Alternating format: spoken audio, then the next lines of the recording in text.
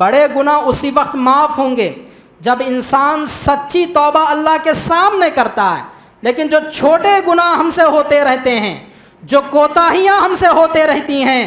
2 سال کے گناہ، یہ روزہ ہمارے اللہ کی بارگاہ میں معاف کرا دیتا ہے، ہمارے گناہوں کو مٹا دیتا ہے۔ جو شخص قربانی کرنے کی طاقت رکھتا ہے، اس کے پاس روپیہ اور پیسہ ہے، لیکن پھر بھی وہ قربانی کو پیش نہیں کرتا، تو رسول اکرم نے کہا کہ ایسا آدمی ہمارے مصلی کے پاس نہ آئے، ہمارے عیدگاہ کے پاس نہ آئے۔ ہمارے جو اسلاف گزرے ہیں، وہ اسلاف 3 عشروں کی بڑی قدر کیا کرتے تھے۔ ایک رمضان کا آخری عشرہ، رمضان کے جو آخری 10 دن ہوتے ہیں، دوسرا ذی الحجہ کے یہ شروع کے 10 دن، اور محرم کا جو پہلا عشرہ ہے، ان 3 عشروں کی ہمارے اسلاف بڑی قدر کیا کرتے تھے۔ الحمدللہ الذی علم بالقلم علم الانسان ما لم يعلم والصلاة والسلام على رسوله محمد المبعوث إلى كافة الناس من العرب والعجم وعلى أمته التي هي خير الأمم أما بعد فأعوذ بالله السميع العليم من الشيطان الرجيم بسم الله الرحمن الرحيم والفجر وليال عشر۔ میں سب سے پہلے اللہ سبحانہ و تعالیٰ کا بے حد شکر و احسان بجا لانا چاہوں گا کہ اللہ سبحانہ و تعالیٰ نے ہم لوگوں کو یہاں پر ایک جگہ جمع ہو کر اس کے دین کی باتوں کو سننے اور سنانے کا موقع نصیب فرمایا۔ واقعی یہ اللہ کا ہم پر بڑا کرم ہے، کیونکہ ہمارے کئی دوست و احباب ایسے ہوں گے، ہمارے کئی رشتہ دار ایسے ہوں گے جو آج ہمارے ساتھ اس طرح کی کسی دینی مجلس میں موجود نہیں ہیں۔ ہو سکتا ہے ہمارا کوئی بھائی اپنے گھر میں بیٹھ کر کسی کی غیبت کر رہا ہوگا، ہو سکتا ہے ہمارا کوئی دوست یا کوئی بھائی اپنے موبائل پر بیکار کی چیزوں کو دیکھ رہا ہوگا، لایعنی چیزوں میں مصروف ہوگا، لیکن اللہ تعالیٰ کا بے حد شکر و احسان ہم پر یہ ہے کہ اللہ تعالیٰ نے دینی باتوں کو سننے اور سنانے کے لیے ہم لوگوں کو یہاں پر جمع کیا اور ہمیں چن لیا ہے، اور ہم لوگ ایک ایسی مبارک مجلس میں ہیں جس کے بارے میں احادیث میں کہا گیا، مسلم شریف کی حدیث میں آتا ہے، ما جلس قوم مجلسا یذکرون اللہ فیہ الا حفتہم الملائکہ وغشیتہم الرحمہ وذکرہم اللہ فی من عندہ۔ رسول اکرم صلی اللہ علیہ وسلم نے فرمایا کہ جو بھی لوگ کسی ایسی مجلس میں بیٹھتے ہیں جہاں پر اللہ کا ذکر کیا جاتا ہے، اللہ کی دین کی باتوں کو بتایا جاتا ہے، ایسی مجلس میں بیٹھنے والے لوگوں پر اللہ کی رحمت نازل ہوتی ہے، اور فرشتے ایسے لوگوں کو آ کر گھیر لیتے ہیں، اور اس طرح کی مجلس میں بیٹھنے والوں کا ذکر اللہ تعالیٰ فرشتوں کی مجلس میں کرتا ہے۔ یہ کوئی معمولی مجلس نہیں ہے، اور پھر ایک ایسا مبارک اللہ کا گھر، مسجد اللہ کا گھر جہاں پر 5 وقت کی نماز پڑھی جاتی ہے، ایک ایسی پاک جگہ ہم لوگ یہاں پر بیٹھے ہوئے ہیں۔ تو اس مبارک مجلس میں جس موضوع کو مجھے دیا گیا ہے وہ موضوع ہے عشر ذی الحجہ کی فضیلت اور اس کے اعمال۔ میں اور آپ جانتے ہیں کہ جن ایام سے ہم لوگ گزر رہے ہیں، ذی الحجہ کا یہ مہینہ ہے، اور ذی الحجہ کے شروع کے جو 10 دن ہیں انہیں عشر ذی الحجہ کہا جاتا ہے۔ اور ان 10 دنوں کی اسلام میں بڑی اہمیت اور بڑی فضیلت کو بیان کیا گیا ہے۔ یہ شروع کے 10 دن اللہ کی نگاہ میں،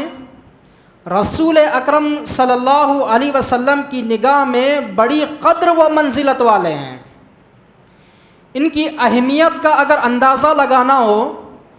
سورہ فجر کو ہم شروع کرتے ہیں، شروع کی آیات میں اللہ تعالیٰ نے کہا والفجر ولیال عشر، قسم ہے فجر کی اور قسم ہے 10 راتوں کی۔ اللہ تعالیٰ نے 10 راتوں کی یہاں پر قسم کھائی ہے، اور جمہور مفسرین اور حافظ ابن کثیر رحمۃ اللہ علیہ اپنی تفسیر ابن کثیر میں اس آیت کی تفسیر میں بیان کرتے ہیں کہ اللہ تعالیٰ نے جن 10 راتوں کی قسم کھائی ہے، ان 10 راتوں سے مراد ذی الحجہ کے شروع کے 10 دن ہیں۔ اب یہاں غور کرنے کی بات یہ ہے کہ اللہ تعالیٰ نے جن راتوں کی یہاں پر قسم کھائی ہے، اور اللہ سبحانہ و تعالیٰ کسی معمولی چیز کی قسم نہیں کھاتے، جو چیز قدر و منزلت میں بڑی ہوئی ہو، جو چیز اعلیٰ و ارفع ہو، جو چیز بہترین سے بہترین ہو، اللہ سبحانہ و تعالیٰ ایسی ہی مبارک اور اعلیٰ و ارفع چیزوں کی قسم کھاتے ہیں۔ تو معلوم ہوا کہ اللہ کی نگاہ میں یہ 10 دن بہت ہی زیادہ محبوب اور پیارے ہیں، اسی لیے اللہ سبحانہ و تعالیٰ نے یہاں پر ان 10 راتوں کی قسم کھائی ہے۔ اگر ہم عشر ذی الحجہ کی فضیلت اور اس کی اہمیت کی بات کریں تو بزار اور ابن حبان کی ایک حدیث ہے، اس حدیث کو علامہ البانی نے الترغیب و ترہیب، ایک حدیث کی کتاب ہے، اس کتاب میں نقل کیا اور اس حدیث کو صحیح قرار دیا۔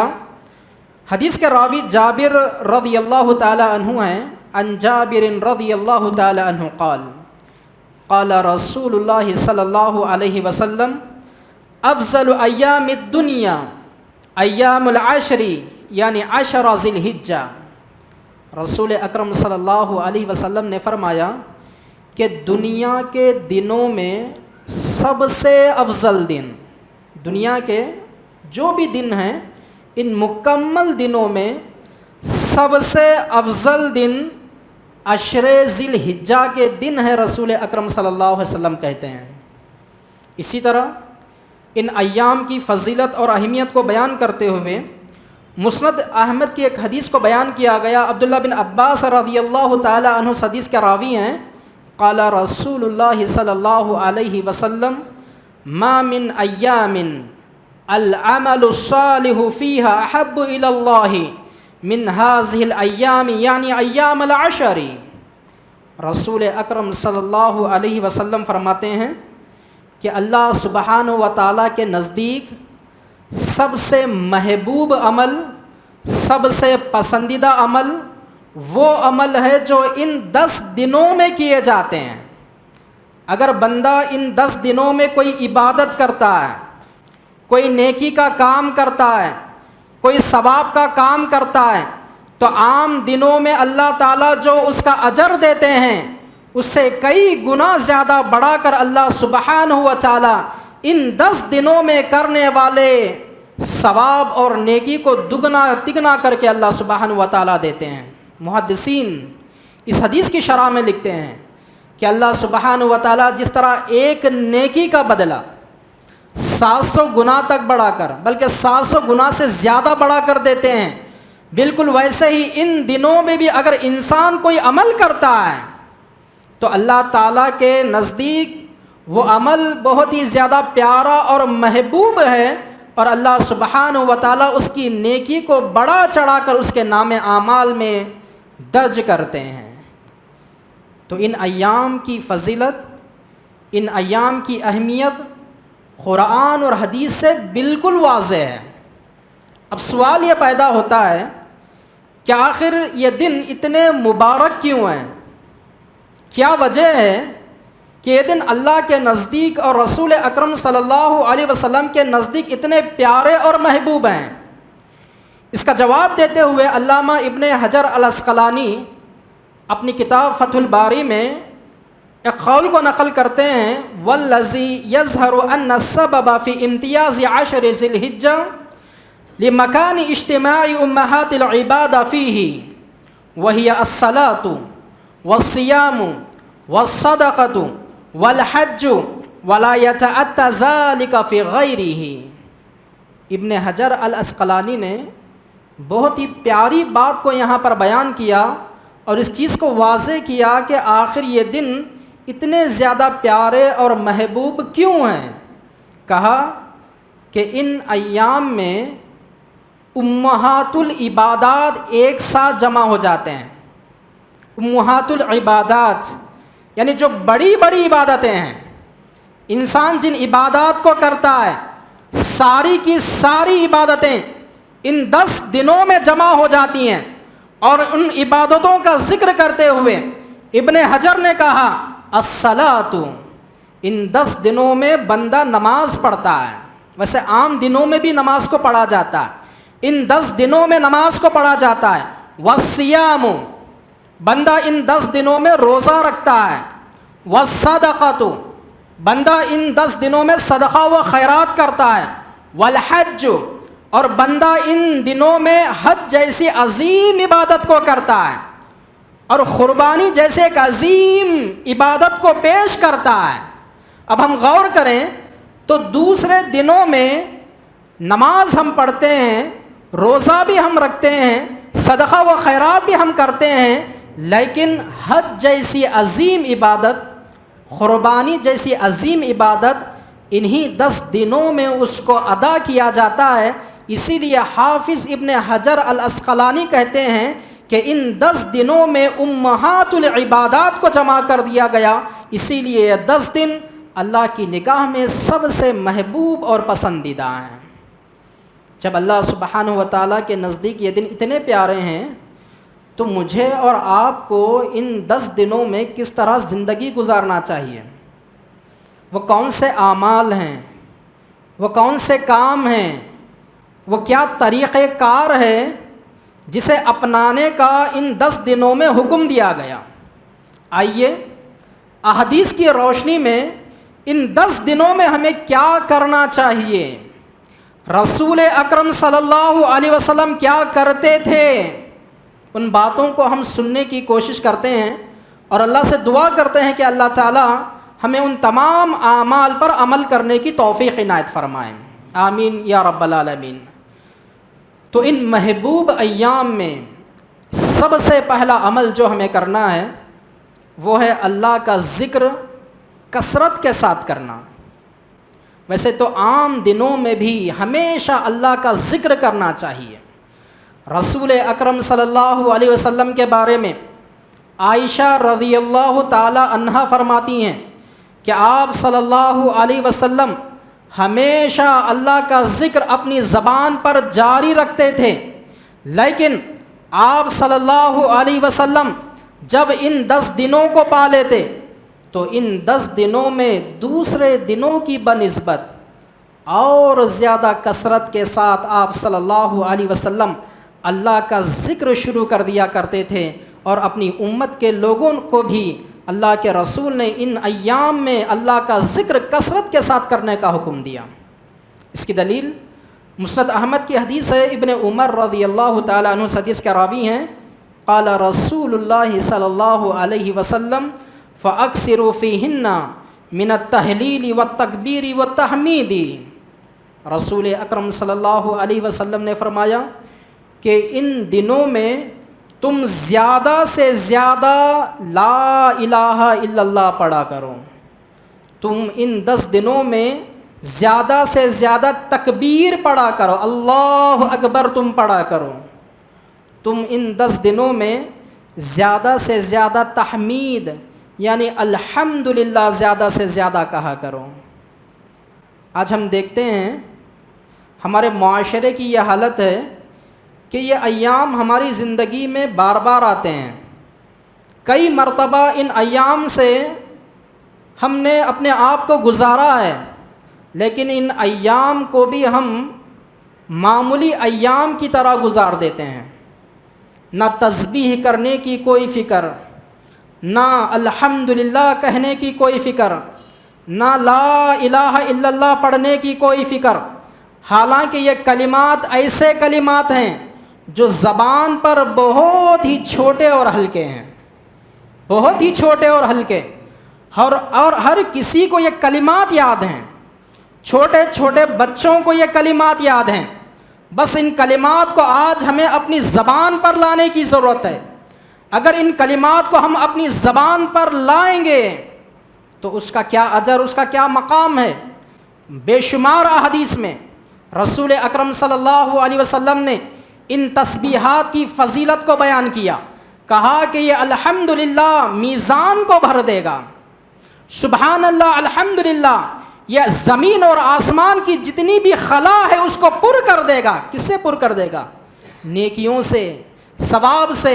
اگرچہ کہ کلمات چھوٹے ہیں۔ لا الہ الا اللہ سب سے افضل کلمہ۔ حدیث میں آتا ہے موسیٰ علیہ السلام نے اللہ تعالیٰ سے کہا، اللہ تعالیٰ سے ڈائریکٹ موسیٰ بات کیا کرتے تھے، اسی لیے ان کو کلیم اللہ کہا جاتا ہے۔ موسیٰ نے اللہ سے کہا کہ اے اللہ مجھے کوئی ایسا کلمہ سکھا جس کے ذریعے سے میں تیرا ذکر کر سکوں۔ اللہ تعالیٰ نے کہا کہ اے موسیٰ آپ لا الہ الا اللہ پڑھا کیجئے۔ موسیٰ نے یہ سن کر کہا اے اللہ یہ تو معمولی کلمہ ہے، یہ تو عام کلمہ ہے، اس کو سارے لوگ پڑھتے ہیں، مجھے کوئی ایسا کلمہ سکھا جو دوسرے لوگ نہیں پڑھتے۔ تو اللہ سبحانہ و تعالیٰ تھوڑی دیر کے لیے موسیٰ پر غضبناک ہو جاتے ہیں، اور اللہ سبحانہ و تعالیٰ موسیٰ سے کہتے ہیں اے موسیٰ ترازو کے ایک پلڑے میں 7 زمینوں کو رکھ دیا جائے، 7 آسمانوں کو رکھ دیا جائے، اور اس کائنات میں جتنی بھی چیزیں ہیں ان تمام چیزوں کو اگر ایک ترازو کے پلڑے میں رکھ دیا جائے اور دوسرے پلڑے میں لا الہ الا اللہ کو رکھ دیا جائے تو لا الہ الا اللہ کا پلڑا بھاری ہو جائے گا۔ یہ ساری زمینیں، یہ سارے آسمان، اس کائنات میں رہنے والی ساری چیزیں لا الہ الا اللہ کے سامنے ہلکی ہو جائیں گی، اور لا الہ الا اللہ یہ کلمہ بھاری ہو جائے گا۔ تو معلوم ہوا کہ لا الہ الا اللہ کوئی معمولی کلمہ نہیں ہے۔ ان دنوں میں کثرت کے ساتھ ہمیں اللہ کا ذکر کرتے رہنا چاہیے۔ اگر کوئی کام کرنے والا ہے تو وہ اپنا کام کرتے کرتے اللہ کا ذکر اپنی زبان پر جاری رکھ کر ان ایام میں اللہ کی محبت کو حاصل کر سکتا ہے۔ اگر کوئی پڑھنے والا ہے تو اپنے پڑھائی کے درمیان میں، اگر کوئی آفس میں بیٹھنے والا ہے تو اپنے آفس کے کام کے درمیان میں، اگر کوئی دکان میں بیٹھنے والا ہے تو اپنی دکان پر بیٹھ کر یہ چھوٹے سے کلمات پڑھ کر ان ایام میں اللہ کی محبت اور اس کے اجر و ثواب کو حاصل کیا جا سکتا ہے۔ اسی طرح ان ایام میں جو کام ہمیں کرنا ہے ان کاموں میں سے دوسرا کام تکبیرات کو پڑھنا ہے۔ تکبیرات، جیسے ہی ذی الحجہ کا چاند نظر آ جاتا ہے، چاند نظر آنے کے بعد سے لے کر ہم تکبیرات کو شروع کر دیں گے، اور خصوصیت کے ساتھ احادیث میں اس بات کا ذکر کیا گیا، عرفہ کا جو دن ہوتا ہے فجر کے بعد سے لے کر ایام تشریق یعنی عید کے بعد جو 3 دن ہوتے ہیں، ایام تشریق کے عصر تک ہم تکبیرات کو بآواز بلند پڑھتے جائیں گے۔ اس کی دلیل بخاری کی حدیث ہے، ابن عمر اور ابو ہریرہ رضی اللہ تعالی عنہما کے اس اثر کو اس حدیث میں بیان کیا گیا ہے۔ وَكَانَ ابْنُ عُمَرَ وَأَبُو هُرَيْرَةَ يَخْرُجَانِ إِلَى السُّوقِ فِي أَيَّامِ الْعَشْرِ يُكَبِّرَانِ وَيُكَبِّرُ النَّاسُ بِتَكْبِيرِهِمَا۔ ابو ہریرہ رضی اللہ تعالی عنہ اور ابن عمر رضی اللہ تعالی عنہ کے بارے میں کہا گیا کہ یہ دونوں صحابہ جب عشر ذی الحجہ میں داخل ہو جاتے تو یہ دونوں صحابہ بازار کی طرف نکل جاتے، بازاروں میں جا کر بلند آواز سے تکبیر پڑھتے، زور کی آواز سے تکبیر پڑھتے، اور جو بازار میں لوگ رہتے وہ لوگ ان صحابہ کو تکبیر پڑھتا ہوا دیکھ کر ان کو بھی یاد آ جاتا، اور وہ لوگ بھی بلند آواز سے تکبیر پڑھنا شروع کر دیتے تھے۔ آج یہ عمل، ہمارے اسلاف کا یہ عمل، ہمارے صحابہ کا یہ عمل آج ہمارے اندر دکھائی نہیں دیتا۔ آج ہم صحابہ کے نقش قدم پر چلنے کی بڑی بڑی باتیں کرتے ہیں، آج اسلاف کے طریقے پر چلنے کی، ان کے منہج پر چلنے کی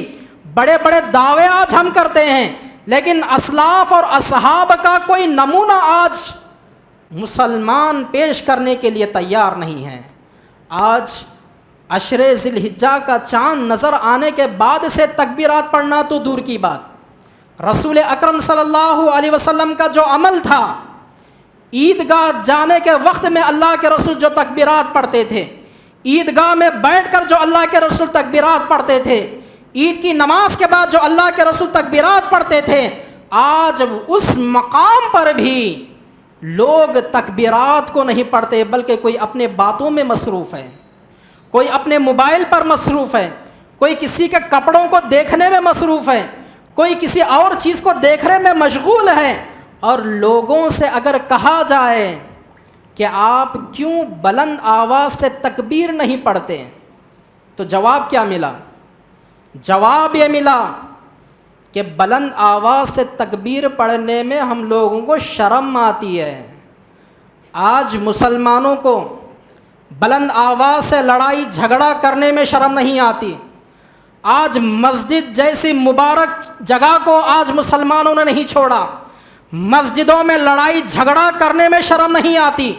بازاروں میں گالی گلوچ کرنے میں شرم نہیں آتی، بلند آواز سے بیہودہ باتیں کرنے میں شرم نہیں آتی۔ شرم آتی ہے تو اللہ کی تکبیرات کو بلند آواز سے کہنے میں شرم آتی ہے۔ یہ کہاں کا دین ہے؟ یہ کہاں کا اسلام ہے؟ ہمیں رسول اکرم صلی اللہ علیہ وسلم کے طریقے پر چلنا چاہیے، ہمیں صحابہ کے نقش قدم پر چلنا چاہیے۔ اسلاف کا جو نمونہ تھا اس نمونے پر آج ہمیں عمل کرنے کی ضرورت ہے۔ تکبیرات، اللہ اکبر اللہ اکبر، لا الہ الا اللہ واللہ اکبر، اللہ اکبر وللہ الحمد، ان تکبیرات کو ہمیں ایام تشریق کی اثر تک جب بھی ہمیں یاد آئے، جیسے بھی ہمیں یاد آئے، پڑھتے رہنا چاہیے۔ اسی طرح ان ایام میں جو کام ہمیں کرنا ہے، ان کاموں میں سے تیسرا کام ہے روزہ رکھنا۔ ان ایام میں رسول اکرم صلی اللہ علیہ وسلم کی یہ سنت رہی ہے کہ آپ روزہ رکھ کر ان دنوں کو گزارا کرتے تھے۔ اس کی دلیل ابو داؤد کی حدیث ہے، کانا رسول اللہ صلی اللہ علیہ وسلم یصوم تسع ذی الحجہ، رسول اکرم صلی اللہ علیہ وسلم کے بارے میں کہا گیا کہ آپ صلی اللہ علیہ وسلم 9 روز روزہ رکھا کرتے تھے۔ ان ایام میں 9 دن آپ صلی اللہ علیہ وسلم روزہ رکھا کرتے تھے، چونکہ 10واں دن عید کا دن ہوتا ہے، اور عید کے دن روزہ رکھنا منع ہے، عید کے دن روزہ رکھنا حرام ہے۔ آپ صلی اللہ علیہ وسلم 1 ذی الحجہ سے لے کر 9 ذی الحجہ تک روزہ رکھا کرتے تھے، اور خصوصیت کے ساتھ ان دنوں میں عرفہ کے روزے کا اہتمام کرنا چاہیے۔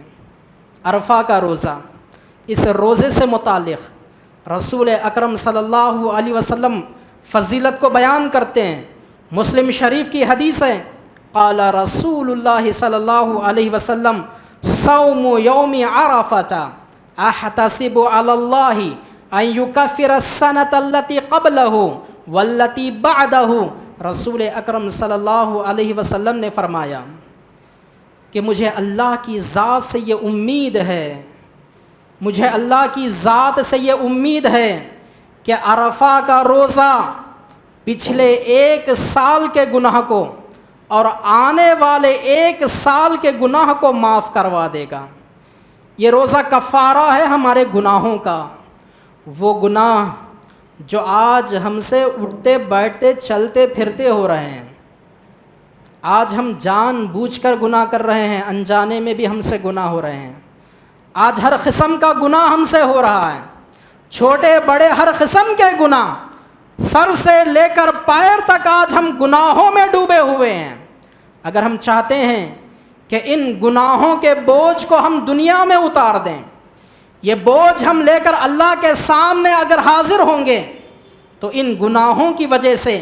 اللہ تعالیٰ جو سزا دینے والے ہیں ان سزاؤں کو ہم برداشت نہیں کر سکتے۔ اگر ہم چاہتے ہیں کہ ہمارے گناہ اسی دنیا میں ختم ہو جائیں تو پھر عرفہ کے روزے کا اہتمام کرنا چاہیے۔ اور محدثین اس حدیث کی شرح میں لکھتے ہیں جہاں پر گناہ کے معاف ہونے کا ذکر کیا گیا وہ گناہ چھوٹے گناہ ہیں، چھوٹے گناہ ہیں۔ بڑے گناہوں کا تعلق اللہ تعالیٰ کے ساتھ سچی توبہ کے ساتھ ہے۔ بڑے گناہ اسی وقت معاف ہوں گے جب انسان سچی توبہ اللہ کے سامنے کرتا ہے، لیکن جو چھوٹے گناہ ہم سے ہوتے رہتے ہیں، جو کوتاہیاں ہم سے ہوتے رہتی ہیں، 2 سال کے گناہ، یہ روزہ ہمارے اللہ کی بارگاہ میں معاف کرا دیتا ہے، ہمارے گناہوں کو مٹا دیتا ہے۔ اب عرفہ کے روزے سے متعلق ایک سوال اکثر ہر سال گردش کرتا رہتا ہے کہ آخر ہم عرفہ کا روزہ کب رکھیں، کس تاریخ کو رکھیں۔ بعض لوگ کہتے ہیں کہ 8 ذی الحجہ کو، یعنی ہمارے پاس جب 8 ذی الحجہ ہو اس دن میں یہ روزہ رکھا جائے، اور دلیل کے طور پر اس حدیث کو پیش کیا جاتا ہے جس حدیث میں رسول اکرم صلی اللہ علیہ وسلم نے ذکر کیا کہ عرفہ کے دن حاجی لوگ جہاں پر اس میدان میں ہوں گے، عرفات کے میدان میں ہوں گے، تو غیر حاجیوں کے لیے اس روزے کو رکھنے کا حکم دیا گیا۔ تو اس حدیث کو دلیل بنا کر لوگ کہتے ہیں کہ 8 ذی الحجہ جب ہمارے پاس ہوگی تو 9 ذی الحجہ کو وہاں پر حاجی لوگ اس میدان میں ہوں گے تو 8 ذی الحجہ کو روزہ رکھا جائے۔ لیکن اکثر علماء، اکثر مفتیان، جس میں سے سعودی عربیہ کے بھی بڑے بڑے مفتیان ہیں، ان لوگوں نے کہا کہ ہر کوئی اپنے مقام کے حساب سے 9 ذی الحجہ کو یہ روزہ رکھے گا۔ ہندوستان والے اپنے 9 ذی الحجہ کو روزہ رکھیں گے، پاکستان والے اپنے 9 ذی الحجہ کو رکھیں گے، فلاں مقام والے جہاں پر جس تاریخ کو وہاں ان کو 9 ذی الحجہ پڑتی ہے اسی دن وہ عرفہ کا روزہ رکھیں گے، اور انشاءاللہ اس روزہ رکھنے والے لوگوں کو یہ فضیلت حاصل ہوگی۔ ہمیں اختلاف میں پڑھنے کی ضرورت نہیں ہے۔ اگر کوئی کہتا ہے کہ 8 والی بات صحیح ہے تو پھر 3-4 روزوں کو ملا کر رکھ لیں۔ رسول اکرم نے تو اس میں وسعت پیدا کی ہے۔ آپ صلی اللہ علیہ وسلم کی سنت تو یہ ہے کہ آپ 9 دن روزہ رکھتے تھے۔ اگر کوئی مکمل دن روزہ رکھتا ہے، اگر کوئی 3-4 دن روزہ رکھ لیتا ہے تو عرفہ کی فضیلت کو وہ پا ہی لے گا۔ اسی طرح ان دنوں میں، ان ایام میں جو کام ہمیں کرنا ہے ان کاموں میں سے ایک قربانی جیسی عظیم عبادت کو ہمیں اللہ کی بارگاہ میں پیش کرنا ہے۔ قربانی یہ ابراہیم علیہ السلام کی سنت کو زندہ کرنے کے لیے، رسول اکرم صلی اللہ علیہ وسلم کی سنت پر عمل کرنے کے لیے، اللہ کا تقرب، اللہ کی نزدیکی کو حاصل کرنے کے لیے اس قربانی کو پیش کیا جاتا ہے۔ اور قربانی ایک ایسی عبادت ہے، قربانی ایک ایسا عمل ہے، رسول اکرم صلی اللہ علیہ وسلم حدیث میں بیان فرماتے ہیں کہ جو شخص قربانی کرنے کی طاقت رکھتا ہے، جو شخص قربانی کرنے کی طاقت رکھتا ہے، اس کے پاس روپیہ اور پیسہ ہے، لیکن پھر بھی وہ قربانی کو پیش نہیں کرتا، تو رسول اکرم نے کہا کہ ایسا آدمی ہمارے مصلی کے پاس نہ آئے، ہمارے عیدگاہ کے پاس نہ آئے۔ مطلب کیا ہے؟ جو آدمی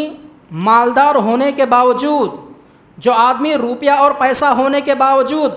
قربانی جیسی عظیم عبادت کو نہیں کرتا، تو ایسے انسان کا دائرہ اسلام سے نکلنا قریب ہو جاتا ہے۔ دائرہ اسلام سے وہ آدمی نکل سکتا ہے، کیونکہ قربانی ایک عظیم عبادت اللہ کی بارگاہ میں اس کو اللہ کا تقرب حاصل کرنے کے لیے پیش کیا جاتا ہے۔ جو لوگ مالدار ہیں ایسے لوگوں پر قربانی ضروری ہے۔ ایسے لوگ اس کو ادا کریں گے ہی کریں گے۔ ہم لوگ اگر اللہ کے رسول کی ذات کو دیکھیں گے، صحابہ کی زندگیوں کو ہم دیکھیں گے، تو صحابہ اور اللہ کے رسول صلی اللہ علیہ وسلم جب ان کے پاس اس چیز کی وسعت تھی، جب ان کے پاس اس چیز کی استطاعت تھی، تو کوئی 60 جانوروں کو قربان کر رہے ہیں، کوئی 70 جانوروں کو قربان کر رہے ہیں، کوئی 100 جانوروں کو قربان کر رہے ہیں۔ صحابہ اور اللہ کے رسول نے اتنے سارے جانوروں کو قربان کیوں کیا؟